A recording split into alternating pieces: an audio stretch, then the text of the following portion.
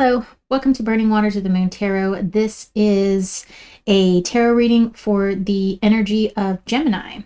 I am using 3 decks this series. This is the Lantern Oracle by Angelina Mirabito. We will draw an oracle card at the end of the reading. This is the Baroque Tarot, beautifully done by Lamucci. It's got this nice gold gilding here. And another gold gilded deck is this one called the Mind's Eye Tarot, and this is by Olivia Rose. So I will be drawing 3 cards from this deck to get our main energies for you, Gemini. And excuse me, I would like to say that though you may not have a luminary, a planet in the sign of Gemini, you do have a house in the sign of Gemini. So we can all identify with the energy of a Gemini. All right, let me do a split here. And then we'll do one more shuffle and we will get started. Oh my goodness. Fell right into my lap. Good thing it didn't like splash all over the floor. Okay, I need to do one more shuffle though. All right, energy of a Gemini.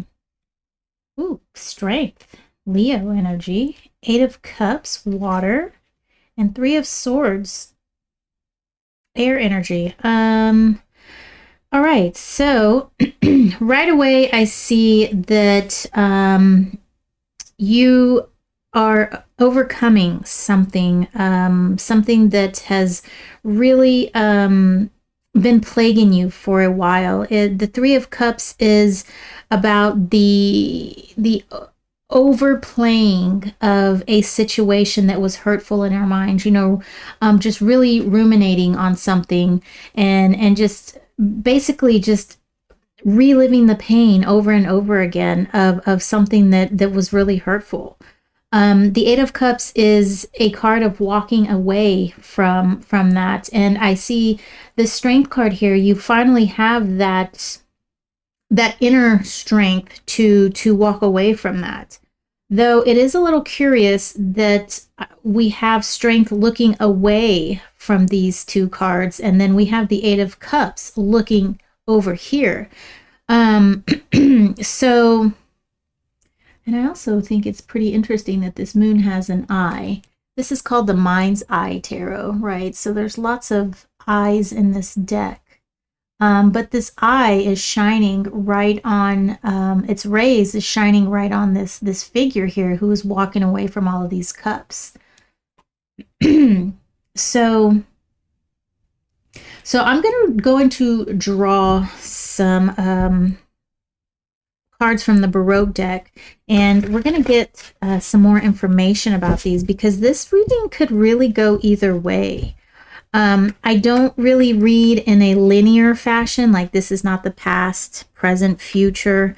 I kind of read,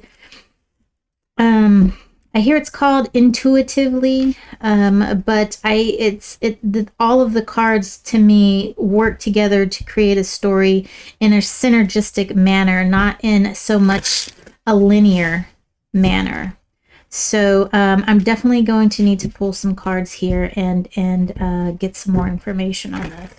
But the Strength card overall is about having that inner light within ourselves, that, you know, subduing a lion just by mere, you know, grabbing its mouth and closing its mouth. It is really not going to do that in real life. But it takes the confidence, not even confidence, it takes just that you know, that same type of energy when someone walks into the room and you can just feel them come into the room. You can feel the energy in the room shift as well. And that's the type of inherent energy that this card speaks to. It's definitely not an outward strength because a human is no match for a lion. Of course, there's, you know, they've got claws and fangs, and, you know, humans have thumbs. And I mean, aside from having a gun, you know, or a stick of dynamite, you know, we're no match for a lion. I do not know where that came from. A stick of dynamite. I mean, but how else could you stop a lion from attacking you? I mean, geez. Like, I feel like if a lion was in pursuit of me, and like I'm dead meat. Man, I just might as well just fall down on the ground. Um, all right, I digress. Okay, so let's see what this is about. This strength card for you, Gemini. Four of Swords in reverse, air. Four of Wands in reverse, fire. And then we've got the Page of Pentacles, earth of earth. Three of Wands in reverse, strength, upright. And then the Knight of Wands. Got lots of fire energy here for you, Gemini.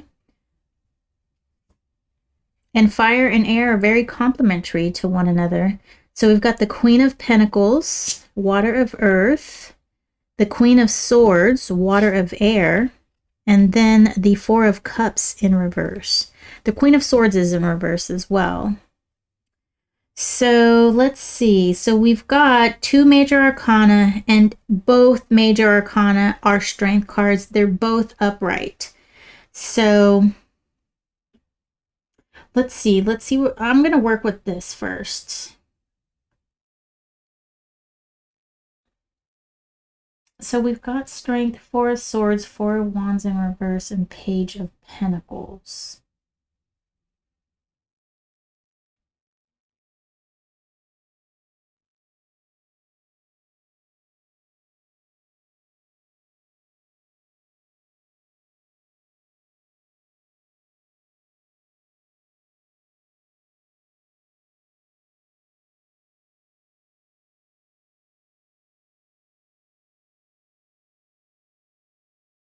Okay,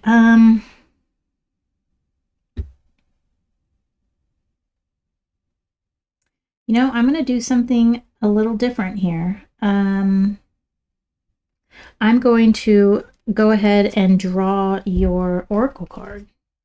And let's see how this is going to play out. Okay, Gemini? I usually do the reading and draw the card at the end. And I just had the inclination to draw the card right now. I mean, it's very curious to me that we have the Strength card reappearing underneath this Eight of Cups, though. But the Eight of Cups is walking towards the Three of Swords.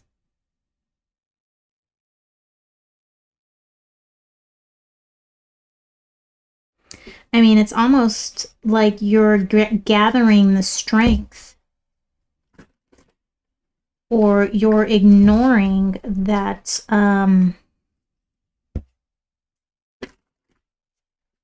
you're ignoring the strength and you're walking this way, but yet you've got strength down here. All right, Gemini, let's see what we got for you for this oracle card. Strength of vulnerability. You know, this is really, I've been seeing this card a lot today in my splits when I split it like this. Pause. Okay, a small intermission there. Interesting, because excuse me. That was just a big coughing fit, if you will. And sometimes when that happens, I kind of feel like that's a sign that I need to stop, or that I'm being sort of held back.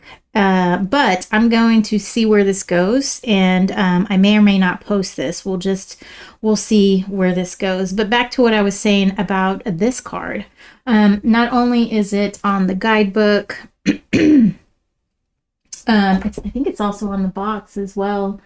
Yes, it is on the box. I've been seeing it a lot. So when I cut the deck open, you know, there's a card that I'll see this way, and then the bottom of the deck, you know, and this card has been showing up a lot, especially today. I've been doing these readings yesterday and today, and I've been seeing her a lot. And I made mention in one of my videos as well that, you know, I saw her at the bottom. And at a couple of times, I kind of wanted to use this card and just, instead of shuffling it, just, excuse me, I'm so sorry. Instead of shuffling it, just pulling it and you know. And so for it to show up right now is just a great synchronicity, I think. And then the strength of vulnerability, the title of this card. And for us to have the strength card come out of both decks, it is even more synchronistic to me. Excuse me. Oh my gosh.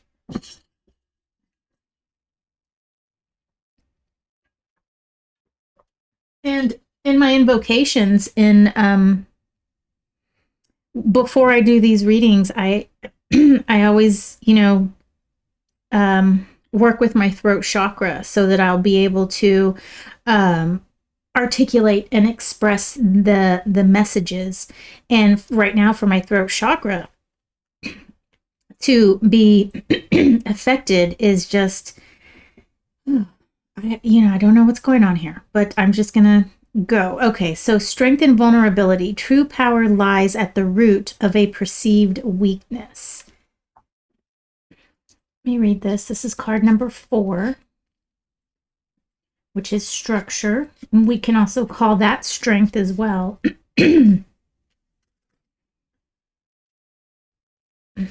And very interestingly enough, Leo's card was number 3, wisdom and play. And I did the Leo reading before this. Okay, feelings of vulnerability arise when we are treated as if we are, or we believe ourselves to be, incapable of adequately protecting or providing for ourselves. Let me see, is this view? Let me change your view. Excuse me, I am so sorry. All right, so here we have your strength card. This is the strength card from the mind's eye. Here's the 8 of Cups and the strength card from the Baroque Tarot. Down here we have the reverse Knight of Wands, 3 of Swords, and we've got Queen of Pentacles, Queen of Swords reverse, 4 of Cups. I don't know if I'm going to be able to stop clearing my throat. 1 second. Okay, I'm back. I'm still clearing my throat. I think that was more of a time saver, or like an as opposed to an actual needing to clear the throat. I changed, took my hair down, visited my altar. I also fixed a cup of tea, which I believe is helping the throat as well. This is actually a wonderful tea. It's called a Serenity Mix. It's rose petal and chamomile with lavender. And actually, I used to roll herbal cigarettes, and that was one of my favorite mixtures. Rose, chamomile, and lavender with some mugwort. And mugwort was the base that I used. Anyhow, it's actually been a while since I've rolled some herbal cigarettes. But anyhow, back to the matter at hand. I feel like I'm a little bit more gathered, a little bit more centered, I guess, and I may not be able to stop clearing my throat, though. I don't know what is going on here. Actually, I was fine until I started recording again. All right, well, thanks for your patience. Okay, so here we are. Strength of vulnerability. True power lies at the root of perceived weakness. Let me see. I'm just going to start over again. I don't exactly remember where I stopped. So, feelings of vulnerability arise when we are treated as if we are, or we believe ourselves to be, incapable of adequately protecting or providing for ourselves. Okay, so we feel vulnerable when we are treated as if we believe that we are incapable of adequately protecting or providing for ourselves. That's when we feel vulnerable. Okay, I'm just restating this because sometimes the writing in this, it just kind of doesn't flow well for me, and my mind has a hard time processing it, and I don't know if the audience feels that way, but all I have to go with is with the way that I feel. So it may be that we feel somewhat dependent or insecure in a relationship, intimate, social, or familial, profession, situation, or place. Our vulnerability presents us with the fears and the uncertainty we need to confront and overcome in our personal development. Therefore, what frightens us can be used as the catalyst to discover our inner resources and the capacity to self-empower and outgrow any perceived limitation. If we listen to and accept our feelings of weakness and what seems threatening, we can identify effective ways to prepare and learn to support ourselves to survive them, master them, and thrive beyond them. As the maiden, you are the warrior. Your life experiences and current resources are not random, but perfectly equip you to take on whatever makes you feel vulnerable. You are at the threshold of realizing your inherent strength. To know what you are capable of involves daring to experience the full spectrum of yourself. This includes exploring what you believe you are not. It could help to ask yourself, how would I handle this situation if I did not feel inadequate? In what ways can my current feelings of vulnerability be perceived as strength? Write down your answers before further asking yourself, how can I creatively mobilize this strength to make me feel confident in taking the necessary steps to confront or navigate my way beyond what feels threatening to me? The maiden encourages you to recognize your vulnerability as a training ground for developing the necessary skills, resources, and support network to gain a sense of mastery and strength over any perceived weakness. The maiden's message: your vulnerability is where you recognize your power. Excuse me.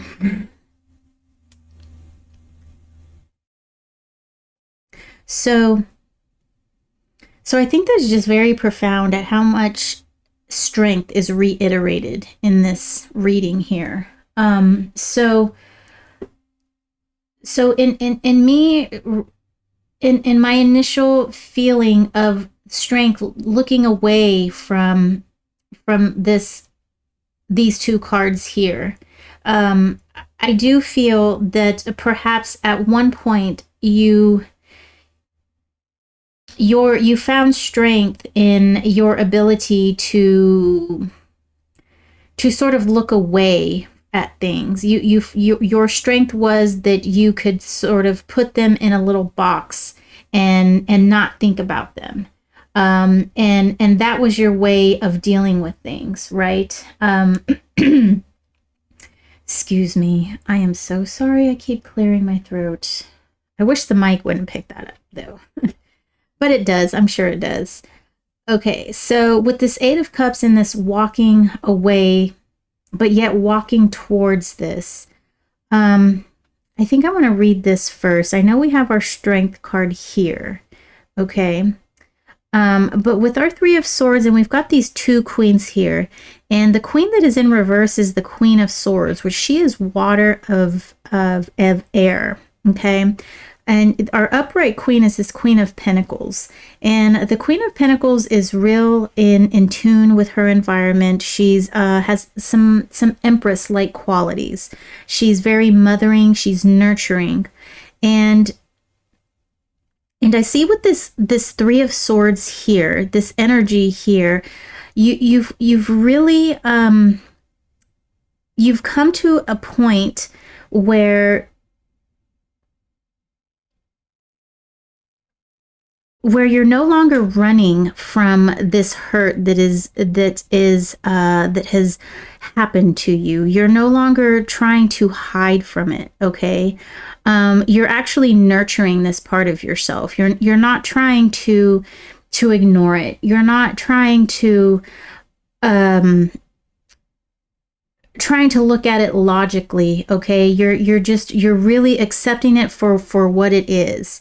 And this complacency, this Four of Cups energy down here, it's no longer okay with you that you're ignoring this situation, right? And like I said, you're approaching it with this open and loving energy, which is, to me, is indicative of shadow work. You're ready to open up and understand that part of yourself that has been hurt.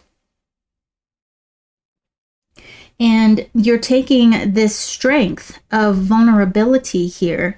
You're allowing yourself to recognize the vulnerability that you have, or that you had. No, you still have it. You're allowing yourself to recognize your vulnerability here, and you're possibly finding strength in that. Okay, and that's what I see here with this Eight of Cups.